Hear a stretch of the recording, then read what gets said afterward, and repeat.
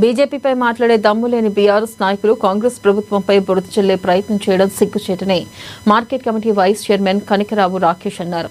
కేంద్ర ప్రభుత్వం తప్పిదం వల్లే ఏరియా కొరత ఏర్పడిందని సాక్షాత్తు బీజేపీ ఎంపీ రఘునందన్ రావు చెబుతుంటే బీఆర్ఎస్ నాయకులకు కళ్లు కనిపించడం లేదా అని ప్రశ్నించారు. మిగులు బడ్జెట్తో ఉన్న తెలంగాణ రాష్ట్రాన్ని అప్పుల కుప్పగా మార్చిన ఘనత కేసీఆర్ది కాదా అని నిలదీశారు. ఇప్పటికైనా రైతులను రెచ్చగొట్టడం మానుకోవాలని కనకరపు రాకేష్ సూచించారు. రైతులకు ఎరువులు ఏ విధంగా వస్తాయనేది వాస్తవం మీకు తెలుసు. కానీ ఈరోజు కాంగ్రెస్ పార్టీ అధికారంలో ఉన్నది కాబట్టి కాంగ్రెస్ పార్టీని ప్రజలలో బదనాం చేయాలి, అబాసపాలు చేయాలనే ఒక కుళ్ళు బుద్ధితోటి మీరు ఇలాంటి చిల్లర మల్లర మాటలు మాట్లాడుతున్నారు.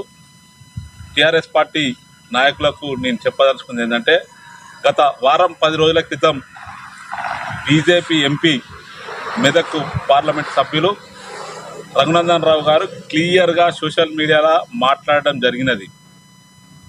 తను మాట్లాడింది ఏంటంటే, ఏదైతే ఆపరేషన్ సింధూర్ వల్ల ఇబ్బంది కలిగింది, మనకు చైనా నుండి యూరియా వస్తుంది, అది యుద్ధం జరగడం వల్ల యూరియా కొరత ఉన్నమాట వాస్తవం.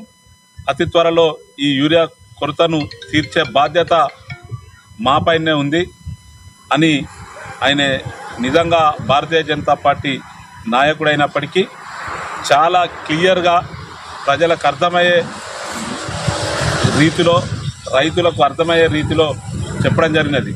కానీ ఈ టీఆర్ఎస్ పార్టీ నాయకులకు ఏమీ పని లేదు. ఏడ వార్త దొరుకుతుంది, ఏడ 10 మంది ఉన్నారు, ఆడికి పోయాలి, ఒకటి మాట్లాడాలి. అదే ఈ టీఆర్ఎస్ పార్టీ నాయకులకు చేస్తున్న పని. నిజంగా 9.5 సంవత్సరాలు టీఆర్ఎస్ పార్టీ అధికారంలో ఉన్నది. కేసీఆర్ ముఖ్యమంత్రి ఉన్నప్పుడు యూరియా కోసం రైతులు చెప్పులు పెట్టిర్రు, క్యూ లైన్లో చెప్పులు పెట్టిన మాట నిజం కాదా? మర్చిపోయారా మీరు? రైతులకు వేడి లేయించిన చరిత్ర మీది కాదా? ఖమ్మంలో మిర్చి పండించిన రైతుల వేడి లేయించిన చరిత్ర మర్చిపోయారా? బీఆర్ఎస్ వేములవాడ నాయకులు అక్కడికి వెళ్ళి రాజకీయ పబ్బం గడుపుకోవడానికి ఈరోజు అక్కడికి వెళ్ళి రైతులను రెచ్చగొడుతూ ఈరోజు ఏదైతే వ్యాఖ్యలు చేసిన వారిని